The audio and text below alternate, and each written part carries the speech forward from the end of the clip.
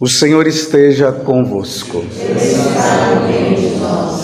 Proclamação do Evangelho de Jesus Cristo, segundo Marcos. Glória a vós, Senhor. Naquele tempo, Jesus foi para o território da Judéia, do outro lado do rio Jordão. As multidões se reuniram de novo em torno de Jesus. E ele, como de costume, as ensinava. Alguns fariseus se aproximaram de Jesus para pô-lo à prova. Perguntaram se era permitido ao homem divorciar-se de sua mulher. Jesus perguntou: o que Moisés os ordenou? Os fariseus responderam: Moisés permitiu escrever uma certidão de divórcio e despedi-la. Jesus então disse: foi por causa da dureza do vosso coração que Moisés vos escreveu este mandamento.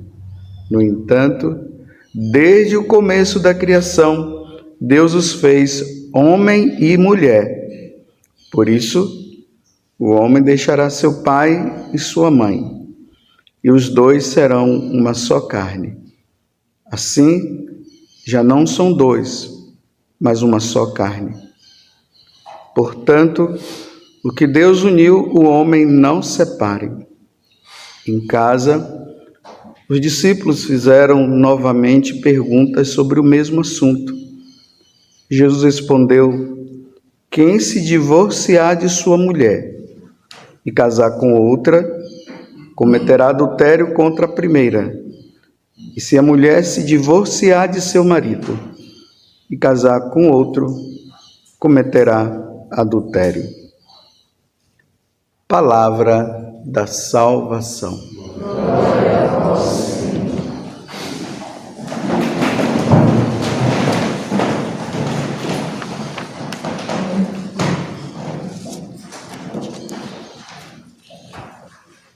Antes de começar a missa, a Vanúzia ela veio falar algo comigo que está bem relacionado com o Evangelho de hoje. Ela falou de uma separação que aconteceu entre um casal. Mas é uma separação como Deus quer que aconteça a separação. Vou falar que Dona Rita, que é ministra da Eucaristia, ela faleceu ontem ou hoje? Ontem, né? E o esposo dela, como é que é o nome? Jorge Guedes. O seu Jorge. Então veja, uma separação. É assim que deve acontecer quando há um casamento. A pessoa se preparou devidamente lá no tempo no namoro, não ficaram perdidos somente em questões de sentimentos, de afagos, mas conversavam, foram se conhecendo. Quem é essa moça que eu estou namorando? Quem é esse rapaz que eu estou namorando? Prevendo as coisas do futuro, vendo o temperamento de um, temperamento de outro, aonde existe verdade entre um e verdade no outro, se tem mentiras ou não, se dentro ali do namoro houve algum tipo de infidelidade. Quem são os pais dessa moça? Quem são os pais desse moço? E aí precisa conhecer a família, porque a família também, de uma certa forma, influencia dentro do matrimônio. E como influencia os parentes, tudo. Se é católico, que aqui eu estou me referindo aos católicos, então é bom que esse namoro seja entre uma pessoa que seja católica. Os dois precisarão ser. Agora, o cara é de uma religião, outra é de outra, vai dar problema lá na frente.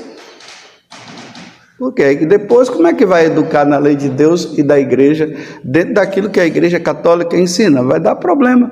Mas vocês podem dizer, mas eu conheço casais que são casados e que são de religiões diferentes. Eu também conheço, deu certo, mas isso não é regra, não. São exceções.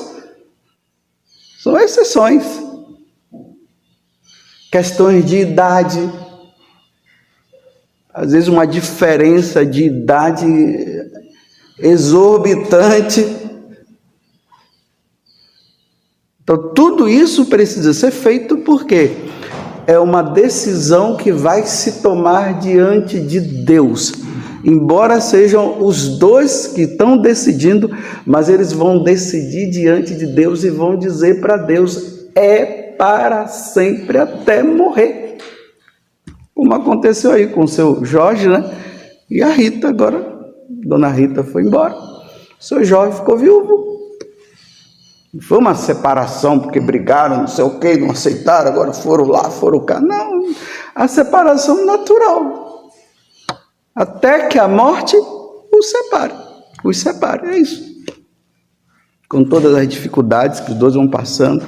Mas quando vai vivendo esse namoro do mundo de Alice, aí, meu filho, é um problema. Não coloca o pé no chão, fica lá achando, porque no mundo de Alice tudo se realiza, tudo é bonito e maravilhoso. Só que o mundo de Alice não existe. É coisa da cabeça do autor lá que escreveu esse grande clássico. Mas na vida real, tem que conhecer, tem que ver. Porque na hora que os dois tomarem a decisão, não pode ser por influência de ninguém. Porque às vezes os amigos dizem: não, moça, vocês são um para o outro, vai, casa. A pessoa fica assim, né? Aí encontra as moças que estão aí porque chegou uma certa idade, meu Deus, não aparece ninguém. E aí depois é o B.O. lá na frente, aí quem tem que resolver somos nós padres que temos que resolver o B.O. Porque os amigos que influenciaram, que falaram um monte de coisa, eles correm tudo dessa hora.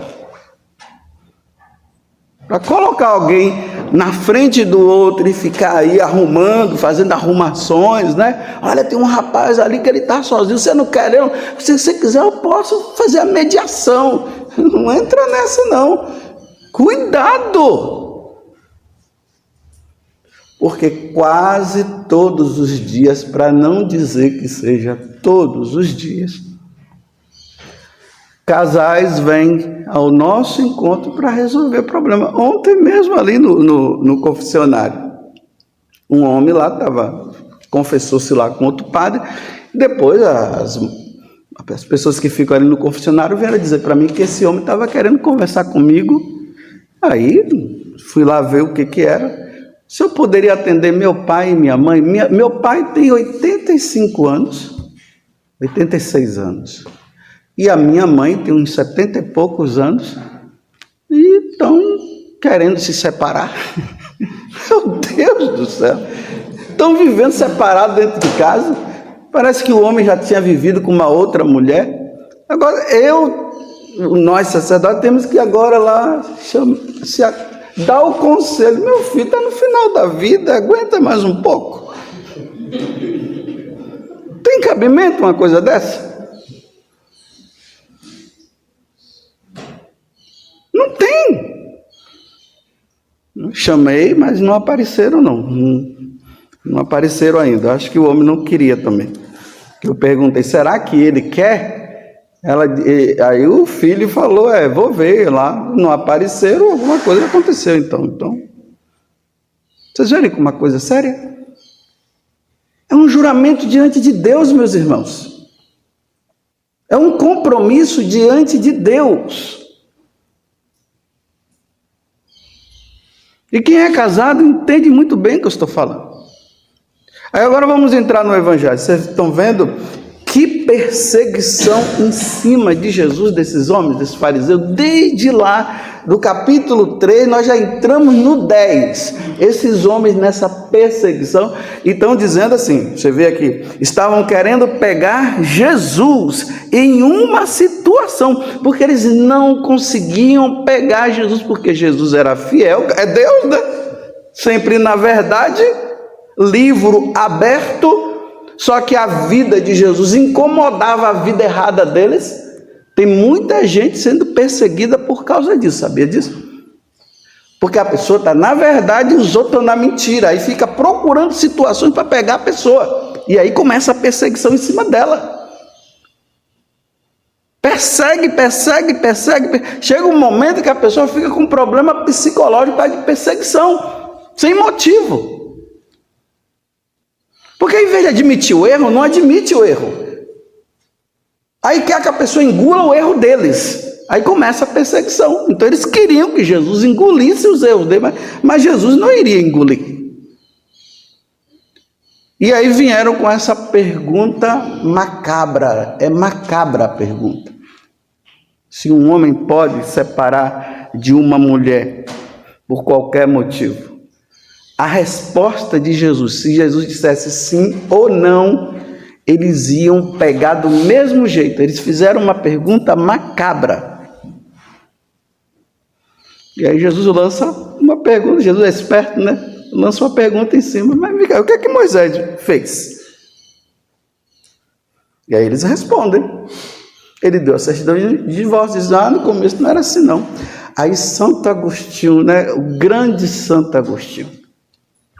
Santo Agostinho, falando sobre essa parte do Evangelho, ele diz que o que é que estava acontecendo? Era o seguinte: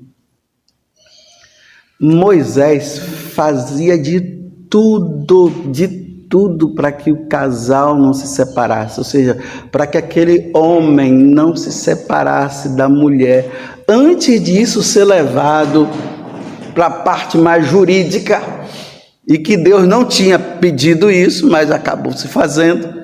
Então Moisés fazia de tudo para que não houvesse a separação. E eles persistiam. Aí quando Moisés via que não tinha mais jeito, porque o cara estava que não perdoava nem a mulher, estavam querendo mesmo ali, já é coisa mesmo de briga, talvez até de morte. Aí Moisés chegava, então tá bom, eu fiz de tudo, agora vamos fazer tudo juridicamente. Era assim que fazia. Aí Jesus rebate, dizendo assim, não foi assim quando o pai fez, não é assim. O homem deixará sua mulher, formará uma só carne, os dois, não é para ter separação. Abra um parênteses, depois vocês peguem, como eu já falei aqui muitas vezes, vou falar de novo, os parágrafos do Catecismo da Igreja Católica, porque tem que falar que é da Igreja Católica, porque de repente pode ter um outro catecismo por aí. Então, o Catecismo da Igreja Católica, os parágrafos 1646 até 1651, que vai falar justamente dessas questões de separação de casais, casaram na igreja e agora querem cair fora. Está lá o título é Fidelidade Conjugal. Então eu estou pegando todos esses parágrafos aqui de 1646 a 1651 para se ter uma visão geral de tudo. E ali fala a mesma coisa que Santo Agostinho fala em relação ao que acontecia com Moisés. Em situações assim, o casal, né, a igreja vai fazer de tudo para os casos, para não se separarem. A igreja vai fazer de tudo. Aí o catecismo diz assim, mas existem situações que realmente é impossível os dois viverem juntos. Que ali situações, quais são? Muitas. Tem muitas. Vou matar você. Agressão física.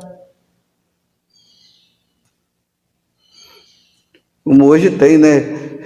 Tem um vídeo que passa na televisão, o cara lá que já tinha agredido a mulher, aí a mulher liga para denunciar, aí para ele não saber que ela está ligando para denunciar, ela diz assim, vamos comprar uma pizza? E o rosto dela já está todo com marcas de murros e tapas. Aí ele diz assim, pode pedir. Aí ela liga para a denúncia. Ela diz assim, ei, eu queria, aí fala, né, uma pizza, não sei o quê. Aí o outro lá, não, mas aqui não é lugar que vende pizza. Sim, mas eu quero, vocês podem trazer a pizza aqui tal hora? Aí a pergunta, mas tem alguém, o que é que está acontecendo com você? Tem alguém, o seu esposo está te agredindo? Ah, sim, eu quero dessa daí mesmo, sim. E venham o mais rápido possível, não demore muito não. E o cara está lá ouvindo, pensando que ela está comprando pizza, está denunciando as agressões. Num caso desse, não dá para um casal viver junto, mas a igreja diz, tudo bem, vai se separar? Separa, porque não tem como, mas a igreja vai dizer também, está lá no catecismo, mas isso não é motivo para nulidade de casamento, não. Porque os dois vão ter que porque a igreja vai tentar, vai pedir, vai fazer de tudo para que os dois se reconciliem, a comunidade vai tentar fazer, por causa da fidelidade dos dois, porque eles prometeram, na alegria, na tristeza, na saúde e na doença. Ah, não, mas não dá. Então agora busca o tribunal eclesiástico para a igreja ver se realmente esse casamento é nulo. Não é anular por anular, é para ver se esse casamento é nulo. Apesar de tudo isso, não dão para viverem juntos, pode ser que não deem para conviverem juntos mais, mas continuarão casados se a igreja vê que esse casamento não é nulo. Imagina que coisa.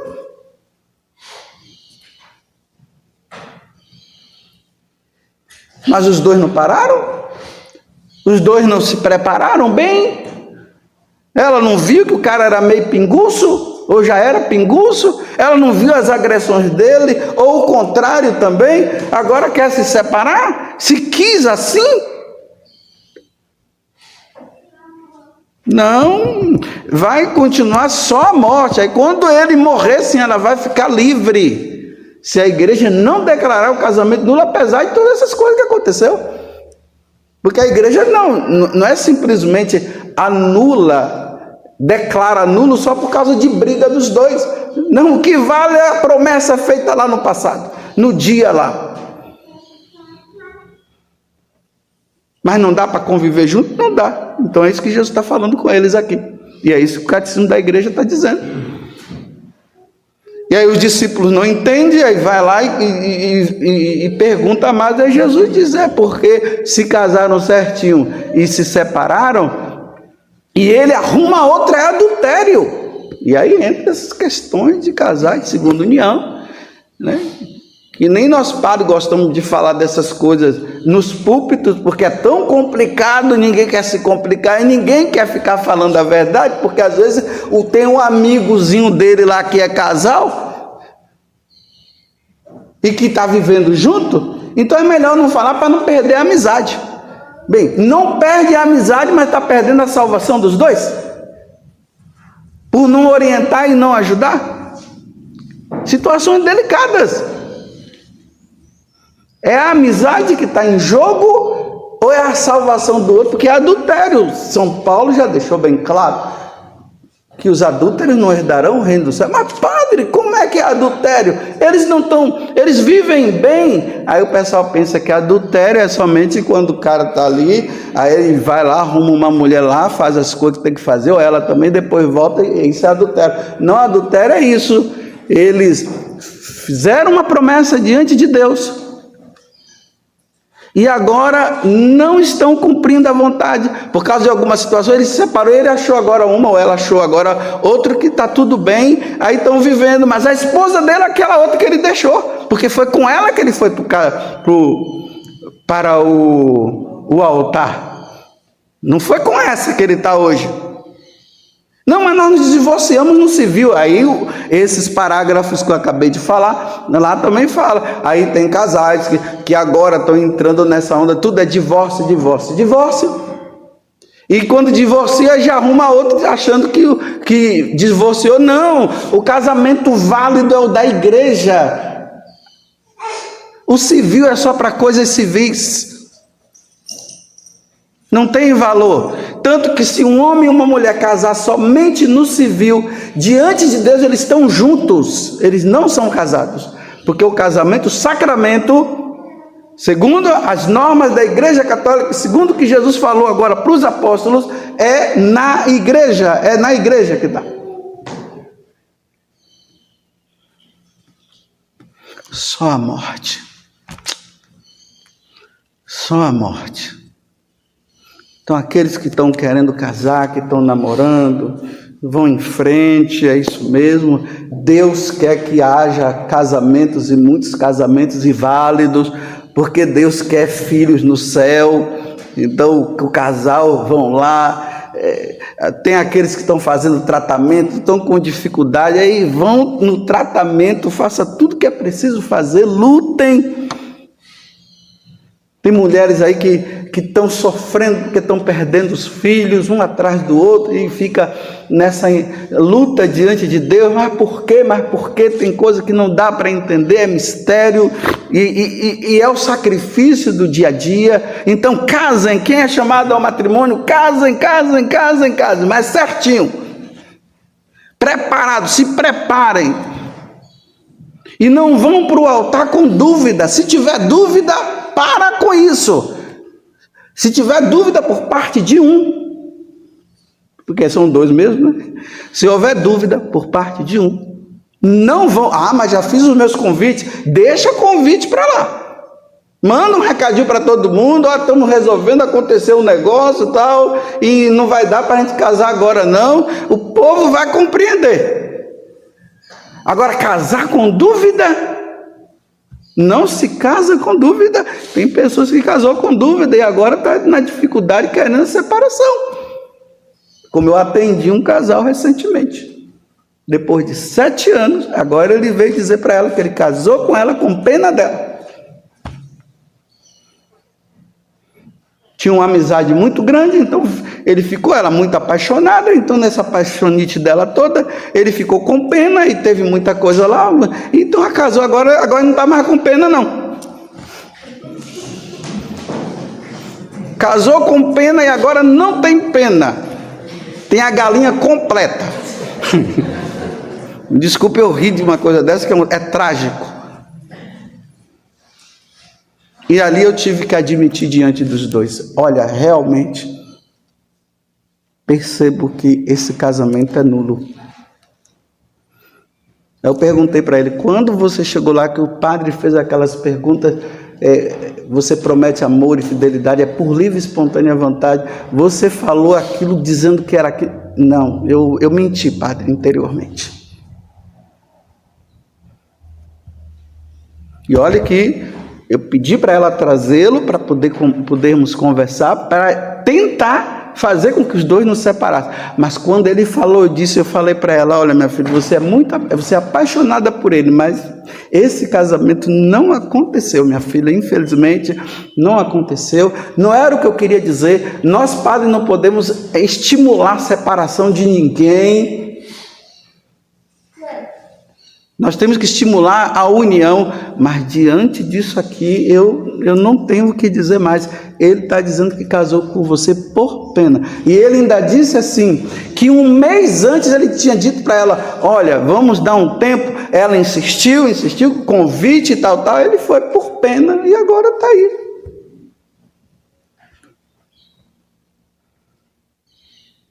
Essa é a verdade, meus irmãos.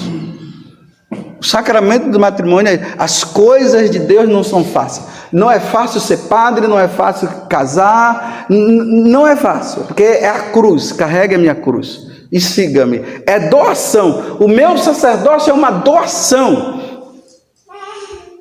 Vocês pensam que de vez em quando não dá vontade de largar tudo? Não é por causa de mulher, não. É perseguição mesmo, por parte do povo e tudo mais. Nós padres vivemos isso. Como na vida matrimonial também tem. Mas o amor O amor entre os dois e o amor do sacerdote por Cristo faz com que supere. Aí vai superando as tribulações do dia a dia. Vamos recomeçar. É difícil sim, mas nós vamos vencer. Como aconteceu com Dona Rita e o seu Jorge aí. Provavelmente. Algumas dificuldades eles devem ter tido. Mas agora Deus levou. Como Deus levou também o meu pai.